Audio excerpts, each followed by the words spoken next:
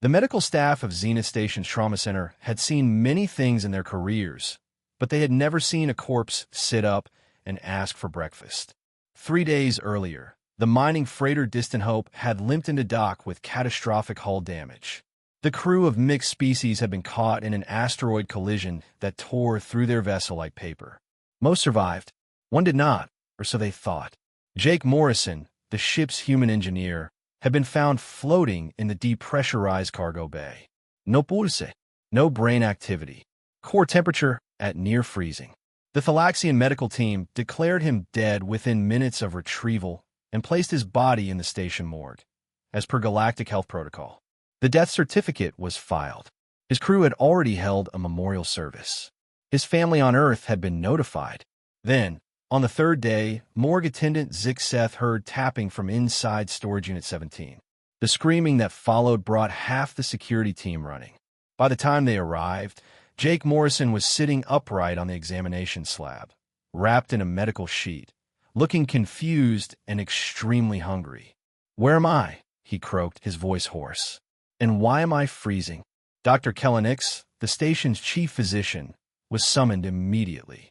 The four-armed Varelian stood in the doorway, her medical scanner trembling in her grasp.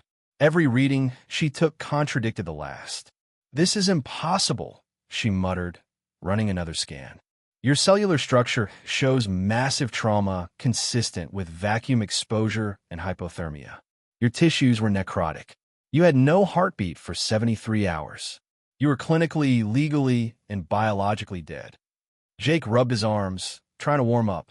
"Yeah, well, I feel pretty alive. Hungry, but alive. Got any food around here that isn't, for aliens?"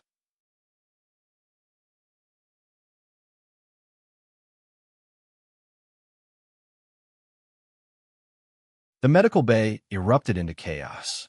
Researchers from every species descended upon the station. Jake found himself poked, prodded, and scanned by dozens of curious xenobiologists, all trying to understand what they were witnessing.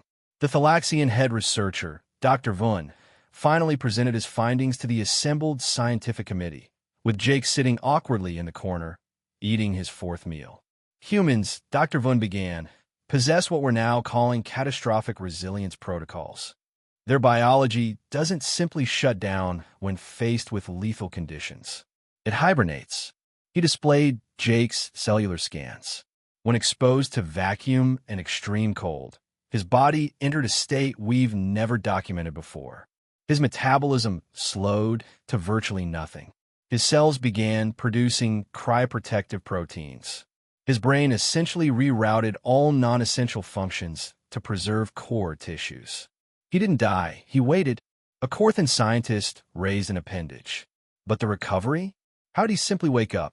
That's the remarkable part, Dr. Vun continued. Once his body temperature normalized and oxygen was reintroduced, his cells began a cascade repair sequence.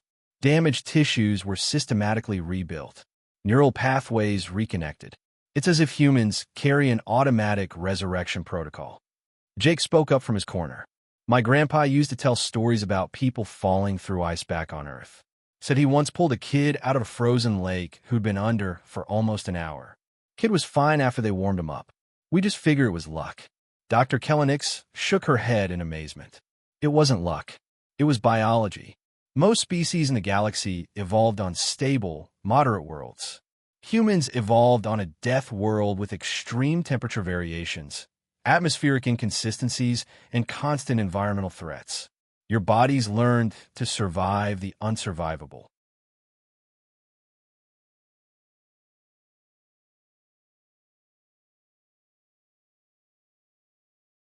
The implications spread throughout the galactic medical community like wildfire. Emergency protocols were rewritten. The definition of death itself was amended to include species-specific criteria. Human rescue operations were extended from minutes to days. Jake became an overnight celebrity, giving interviews and enduring countless medical studies. The crew of the Distant Hope was both relieved and slightly embarrassed. They'd already divided his belongings and drunk his private whiskey stash. 6 weeks later, as Jake prepared to return to active duty, Dr. Kellenix approached him with a gift, an updated medical alert bracelet. What's it say? Jake asked. She smiled, a gesture she'd learned from studying human expressions. It says, not dead, just resting. Check back in 72 hours.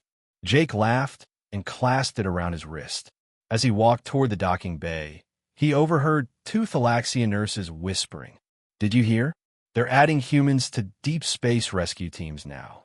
Of course they are. Turns out we've been declaring them dead when they were just taking a nap. Jake grinned. Humanity had finally found its niche in the galaxy.